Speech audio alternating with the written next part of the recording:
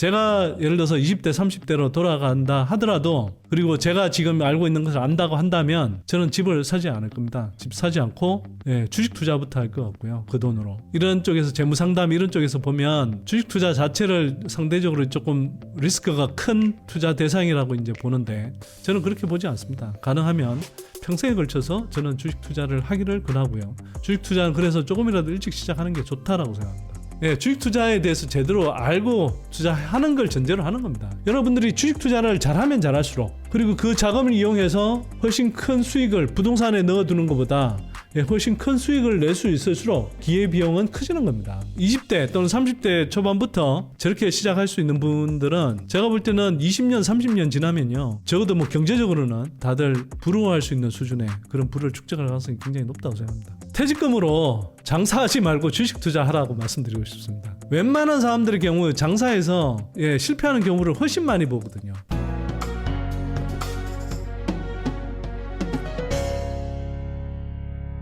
오늘 첫 번째 주제는요, 그 30대 이전과 50대 이후의 주식 투자법을 좀 대비해서 말씀을 좀 드리려고 하는데요. 뭐 꼭 30대 이전, 50대 이후 이러니까 40대는 비워버리잖아요.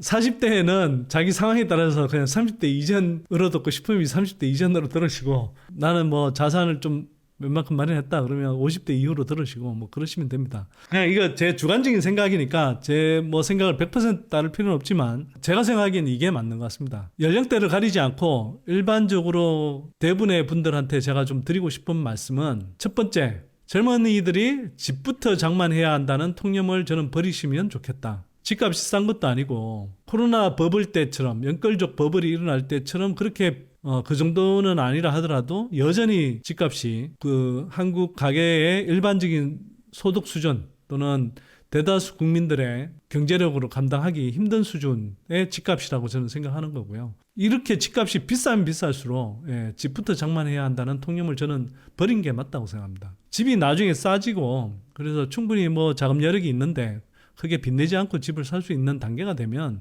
그때 그냥 사시면 되지, 이렇게 비싼 구간에서 살 필요는 저는 없다고 생각하고요. 그리고 꼭 뭐 집값이 비싸지 않더라도 보통 한국의 부모님들이 결혼할 때부터 집부터 장만해야 된다 이렇게 되게 자녀들한테 좀 부담을 주고, 젊은 분들도 그런 부모님들 생각 때문인지 그 지난번 연끌족 묻지마 부동산 투자가 말해주듯이 그 집을 사야 된다라는 그런 부담, 이런 것들이 되게 컸던 것 같습니다. 물론 이제 집을 사놔야 돼, 집부터 장만해야 돼, 이런 이제 통념을 좀 많이 갖고 있었던 것 같은데요. 저는 이건 좀 버리라고 말씀드리고 싶습니다. 주식 투자를 제대로 배우고 제대로 할 줄 안다고 하면 그 부동산이라는 상당히 큰 자금을 묶어둬야 되는데 그에 따른 기회비용 손실이 저는 굉장히 클 거라는 생각이 들어서 그렇습니다. 주식 투자를 제대로 할 줄 모르는 분, 제대로 배우기 싫다는 분, 또는 배우지 못하는 분, 선대인 TV를 접하지 못하는 분들은 집부터 장만해야 된다고 생각하실 수도 있죠. 저는 근데 하여튼 생각이 다릅니다. 제가 예를 들어서 20대 30대로 돌아간다 하더라도, 그리고 제가 지금 알고 있는 것을 안다고 한다면 저는 집을 사지 않을 겁니다. 집 사지 않고 주식 투자부터 할 것 같고요. 그 돈으로. 그렇게 해서 주식 투자로 충분히 돈을 불린 다음에 그 무리하게 빚을 내지 않는 상태에서 적절한 수준의 집을 산다, 뭐 그런 식으로 접근하는 게 맞지 않을까, 그렇게 생각을 하고요. 그래서 저라면 집부터 장만하느라고 빚내서 집 사고 무리하게 막 담보대출 내고 또 그게 돈이 묶여서 온갖 뭐 생활 속에서 누릴 거 누리지 못하고 뭐 소득을 버는 족족 다 은행에 이자로 갖다 바치는 그런 일은 안 할 것 같습니다. 일반적으로 한국에서 이렇게 그 뭐 가계 재무 설계하는 사람들 만나보면 뭐 다 자산 설계사 뭐 재무 상담사 뭐 이런 사람들 만나보면 기본적으로 다 레파토리가 거의 비슷해요. 자산을 불리는 시기와 지키는 시기가 따로 있다. 뭐 젊었을 땐 좀 공격적으로 뭐 위험 자산에도 좀 넣고 약간 공격적으로 투자도 하고 뭐 이러면서도 일정한 시기가 돼서 뭐 재산을 좀 불리면 그 다음부터는 뭐 지켜야 한다, 뭐 이렇게 이제 이야기를 하는데요. 저는 꼭 그렇게 생각하지는 않습니다. 기본적으로는 일반적인 이제 재무 설계 이런 쪽에서 재무 상담 이런 쪽에서 보면 주식 투자 자체를 상대적으로 조금 리스크가 큰 투자 대상이라고 이제 보는데, 저는 그렇게 보지 않습니다. 주식 투자라는 건 제대로 알고 투자하면 사실은 그 리스크는 최소화하면서 대부분 수익을 낼 수 있는, 그리고 그 큰 수익을 낼 수 있는 투자 대상이라고 생각하기 때문에요. 가능하면 평생에 걸쳐서 저는 주식 투자를 하기를 권하고요. 주식 투자는 그래서 조금이라도 일찍 시작하는 게 좋다라고 생각합니다. 제가 예전에 보여드린 적이 있어서 뭐 자세히 다시 언급하지는 않겠습니다만, 예, 주식 투자를 조금이라도 일찍 시작해야 복리의 마법이 작동하면서 여러분들의 부가 엄청나게 커지게 되어 있습니다. 이 복리의 마법을 그냥 말로만이 아니라 이론으로만이 아니라 직접 자기 주식 계좌에서 투자해서 직접 체감해보지 않은 분은 이걸 모르세요. 복리의 마법이라는 걸 느껴봐야 됩니다. 예를 들면 제가 길목을 지키는 투자라고 말씀을 드리지만, 좋은 기업이 주가가 저렴할 때 싸게 사서 비중을 실어서 투자하고 그런 것들이 2배, 3배, 4배 오르는 경험을 하고 일정의 수익 실현을 하고 그 자금을 가지고 또 마찬가지로 조정을 받아 있는 좋은 종목을 골라서 또 비중을 실어서 투자하고 이렇게 해가면서 계속 번갈아서 주식 자산이 늘어나는 것을 경험하면 그게 3년, 4년, 5년 10년이 흐르면 그게 굉장히 큰 자산으로 불어나거든요. 실제로 제대로 주식 투자 방법을 익혀서 그 투자하면 초기 10년, 20년 정도에는 연평균 20% 정도의 수익률이 올리는 게 어렵지 않습니다. 그걸 일반 금융권에서 하도 실력이 없고 엉터리고 그 다음에 수익 안 날 종목들을 잔뜩 집어넣어서 채권 투자하고 무슨 뭐 차이나 ETF 그 고점에 사서 물리고 그 다음에 뭐 제가 말씀드렸잖아요. 정체하거나 쇠퇴하는 그 대기업 종목들 잔뜩 집어넣어서 펀드에 넣거나 아니면 ETF로 구성해서 그런 데 투자하라고 하니까 연수익 20%가 안 나는 거지. 여러분들이 정말 잘 성장하는 좋은 종목을 저점에 가능한 바닥권에서 잡아서 그게 2년, 3년 지났을 때 몇 배씩 되는 경험들을 이렇게 되풀이하면 연수익률 20%가 왜 안 나요? 그거는 그 방법을 터득 못한 사람들한테는 그게 연수익률 20% 10년 동안 낸다는 게 뭐 그게 가능해? 뭐 이런 식으로 이야기할지 모르겠지만 그건 여의도에 진짜 엉터리 실력 없는 사람들의 생각인 거고요. 진짜 주식 투자 방법론을 제대로 익히고 제대로 이렇게 주식 투자를 하게 된 사람은 그게 어렵지 않다는 거 알 겁니다, 그게. 뭐 또 이런 분들이 계세요. 투자 자금은 목돈을 뭐 이래저래 마련해서 뭐 주식, 그 다음에 목돈을 마련한 다음에 주식 투자를 하라 이렇게 이야기하는데 그렇게 생각하실 필요 없습니다. 주식 투자를 통해서 투자 자금 늘리면 되죠. 그걸 하시라는 겁니다. 그리고 제가 말씀 늘 드리지만 조정기가 그래서 나쁘지가 않다는 게 조정이 있기 때문에 사실은 돈 벌 기회가 생기는 거예요. 주식 투자에서 돈 번다는 게 뭔데요? 싸게 사서 비싸게 판다는 거 아닙니까? 근데 싸게 살 기회가 있어야죠. 그 싸게 살 기회는 언제입니까? 조정기 때잖아요. 그 다음에 비싸게 판다는 건 조정기가 없는데 이게 오를 수가 있나요? 예를 들어서 여러분들이 계속 일직선으로 그냥 이렇게 평평하다고 생각해보세요. 주가 흐름이. 그럼 여기서 수익을 어떻게 내겠어요? 기복이 있으니까 수익을 내는 거예요. 투자 자금도 주식 투자를 통해서 늘릴 생각을 해라. 그게 제일 좋은 방법인데, 주식 투자를 할 돈을 모으기 위해서 뭐 다른 자산에 투자한다, 뭐 채권에 투자하고, 뭐 코인 투자하고, 또는 뭐 부동산 펀드에 넣고 그거 아니라는 겁니다. 제가 볼 때. 투자 자금을 마련하는 그리고 불릴 수 있는 가장 좋은 방법? 주식 투자다, 그것도. 주식 투자에 대해서 제대로 알고 투자하는 걸 전제로 하는 겁니다. 한방 또는 일확천금을 노리지 마라. 그렇다고 한방 또는 일확천금을 노리지 마십시오. 분명히 제가 말씀드리는데 단타 매매, 테마주 추종 매매, 뭐 모멘텀 플레이, 뭐 스윙 매매 이런 거 하지 마시고요. 제가 볼 때 대부분의 분들은 그렇게 해서 돈을 벌기보다는 잃는 경우들을 훨씬 많이 봤고요.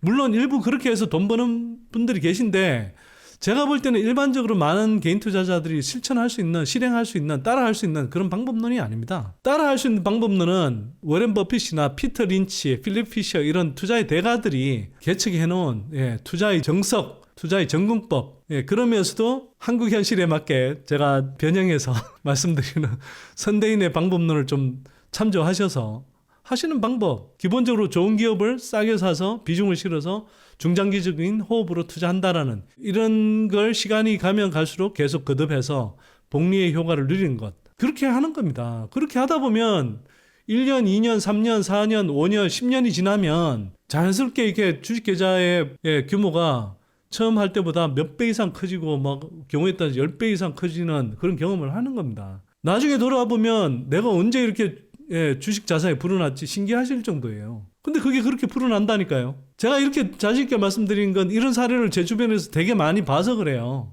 그게 가능하다고요. 그러니까 단번에 한방 또는 일확천금 노릴 생각하지 마시고요.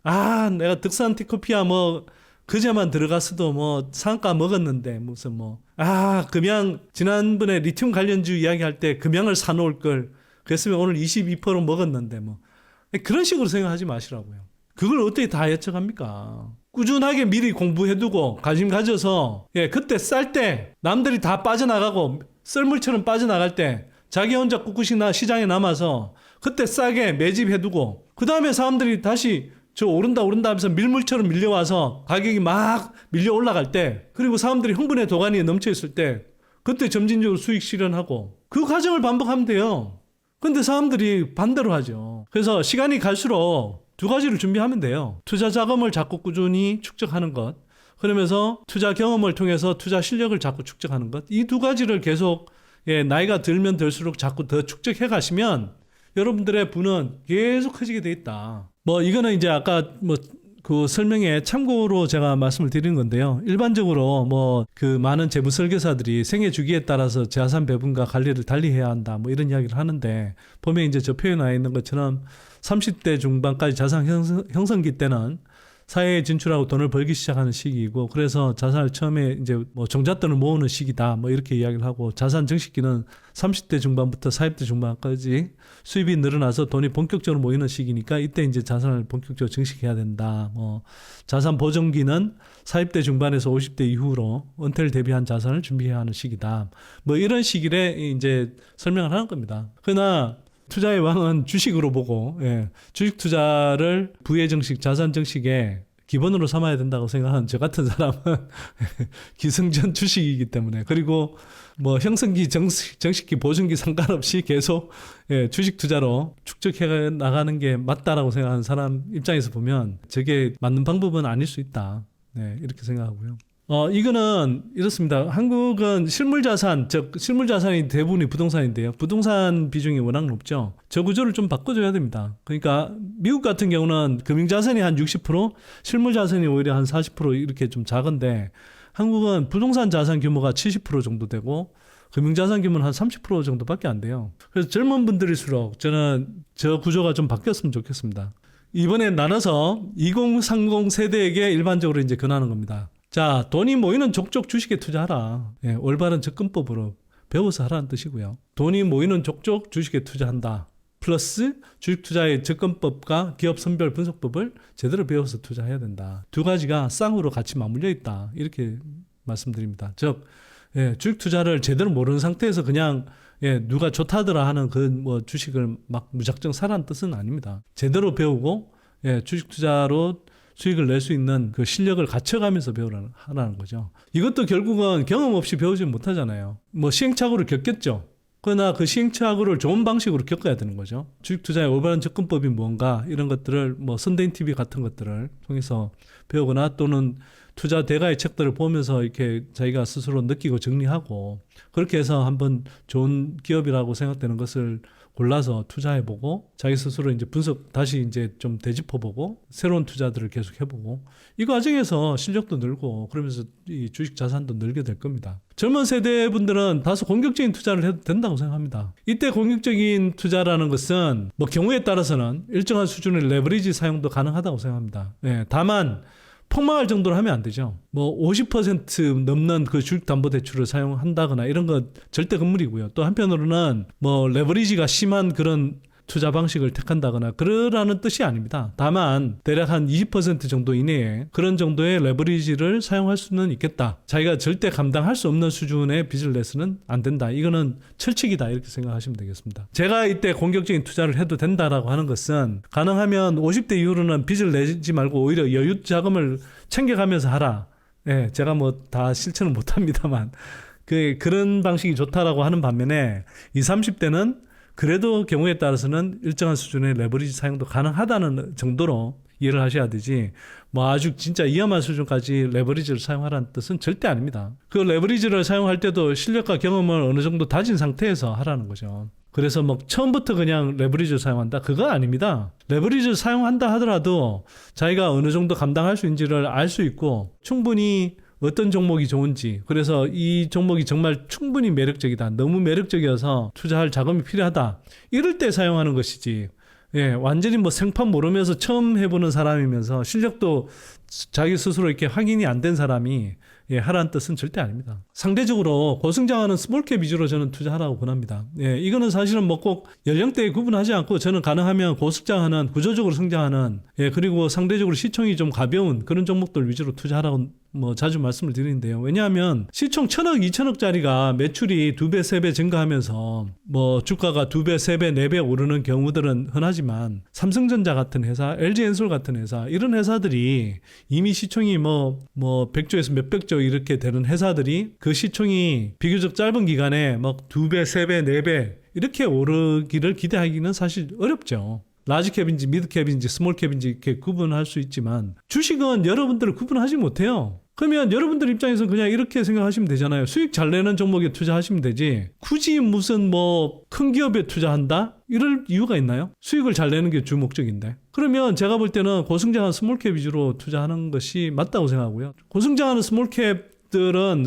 스몰캡의 특성상 상대적으로 코인만큼은 아니겠지만 상대적으로 변동성이 강한 게 맞습니다. 그래서 여러분들 잘 보시면 코스피 지수보다 코스닥 지수의 등락폭이 크잖아요, 일반적으로. 거꾸로 이야기하면 여러분들이 그 종목들을 잘 알고 이런 그 등락폭의 큰 흐름들을 잘 이용하면서 조정기에 잘 사고 또 수익 날 때 웬만큼 수익 실현하는 과정을 잘 반복하실 수 있다라고 한다면 당연히 스몰캡에 그 기회들이 훨씬 더 많죠. 그래서 고성장하는 스몰캡 위주로 투자하라. 변동성이 크다라는 것은 그만큼 리스크도 따른다라고 볼 수 있습니다. 손실의 리스크도 분명히 생기죠. 그러나 아까 앞에서 3번에서 말씀드린 것처럼 조금 젊은 시기일 때는 상대적으로 조금 더 공격적으로 투자해서 주식 자산을 적극적으로 늘리는 데 조금 치중을 하셔야 되고 오히려 조금 뭐 안정적으로 투자한다. 이 관념은 상대적으로 조금 내려놓으시는 게 낫지 않나. 그리고 정말 여러분들이 실력을 쌓아서 그 스몰캡 위주로 투자하면서 수익을 잘 내는 실력을 갖추시면 사실은 공격이 최선의 방어라고요. 2년, 3년에 걸쳐서 이렇게 고속 성장해서 주가가 3배, 4배 오를 수 있는 종목에 투자하고 있다고 그러면 이 중간의 변동성은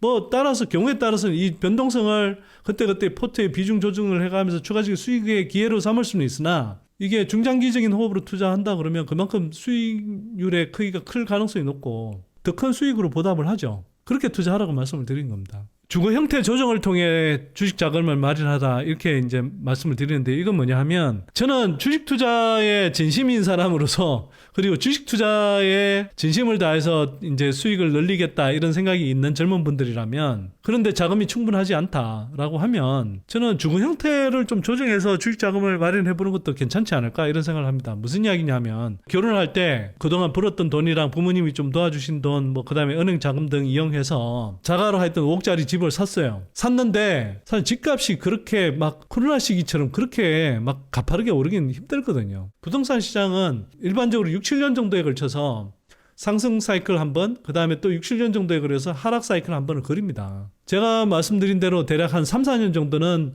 부동산 시장이 내리막 또는 바닥권의 약세를 보일 가능성이 높거든요. 그러면 만약 지금 집을 갖고 있다가 그게 집값이 더 떨어진다 하면 또는 집값이 떨어지지 않더라도 거의 그 상태를 유지한다고 하면 물가 상승률만큼 사실은 가치가 떨어지는 것이고 또 한편으로는 기회비용이 발생하죠. 예를 들어서 그 5억 원의 돈을 가지고 여러분이 주식 투자를 해서 더 큰 수익을 낼 수 있다고 한다면 사실 그만큼 기회비용이 큰 거예요.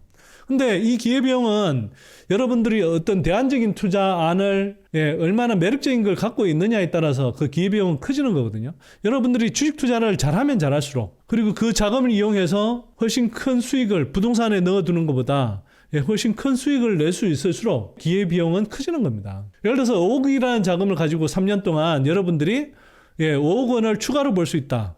그럼 그 기회비용은 5억 이상인 거예요. 그래서 일단 여러분들이 주식 투자를 제대로 배운다. 그리고 실력을 어느 정도 쌓아간다. 그래서 돈을 벌 수 있다. 자가 대신 월세로 전환 후에 투자 자금을 확보하는 방안. 이런 걸 한번 생각해 보실 수 있다는 거죠. 예를 들면 5억 대신에 뭐 3억에 월 몇십만 원 이런 식으로 내는 식으로 해서 반전세를 한 다음에 그 2억 원의 자금을 가지고 여러분들이 2년에 걸쳐서 1억을 더 벌 수 있다. 그러면 그동안에 월세 낸 걸 충분히 상세하고도 남는 수익이 발생하지 않겠습니까? 저게 주식 투자에 대해서 올바른 접근법 익혀서 웬만큼 수익 낼 수 있는 실력을 쌓으신다. 물론 이게 이제 대전제겠죠. 예, 그 전제만 축적한다면 저는 기본적으로 저렇게 가는 게 맞다고 생각하고요. 20대 또는 30대 초반부터 저렇게 시작할 수 있는 분들은 제가 볼 때는 20년, 30년 지나면요. 적어도 뭐 경제적으로는 다들 부러워할 수 있는 수준의 그런 부를 축적할 가능성이 굉장히 높다고 생각합니다. 자, 50대 이상이 일반적으로 권하는 것은 퇴직금으로 장사하지 말고 주식 투자하라고 말씀드리고 싶습니다. 장사하려면 제대로 하셔야 되고요. 제가 뭐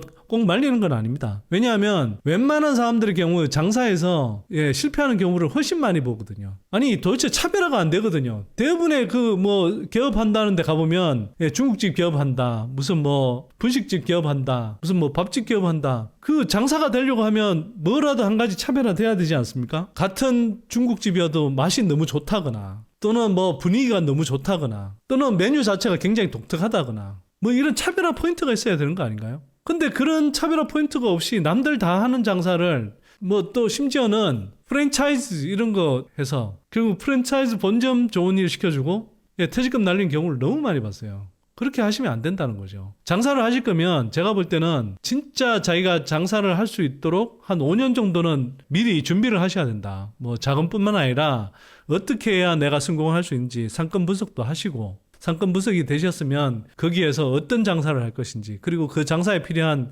기술이라든지 자격증이라든지 뭐 이런 것들을 습득하시고 나만이 성공할 수 있는 남들이 쉽게 카피할 수 없는 차별화 포인트를 만드시고 그렇게 하셔야 성공하는 거죠. 다들 장사하기 전에 부동산 중개업소 가면 이거 웬만큼 벌어요 뭐 이렇게 하면 돼요 뭐 이렇게 하는데 대부분의 경우 돈 못 벌고 그냥 고생만 즉사게 하다가 나가 떨어진 경우들 많습니다.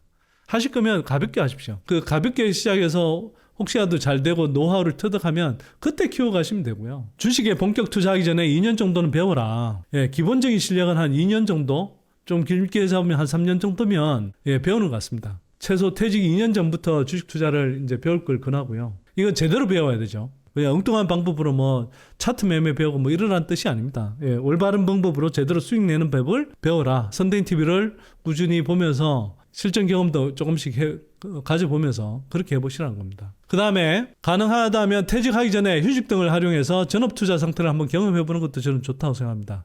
제가 아는 분 중에는 40대 지금 후반인데 육아휴직 제도를 이용해서 1년 정도 지금 휴직하면서 반전업 투자죠. 그러면서 이제 뭐 기업 분석 공부라든지 주식 투자와 관련한 그런 공부들을 열심히 하고 또 탐방도 다니고 하면서 그러면서 이제 전업 투자 상태를 경험해 보는 거죠.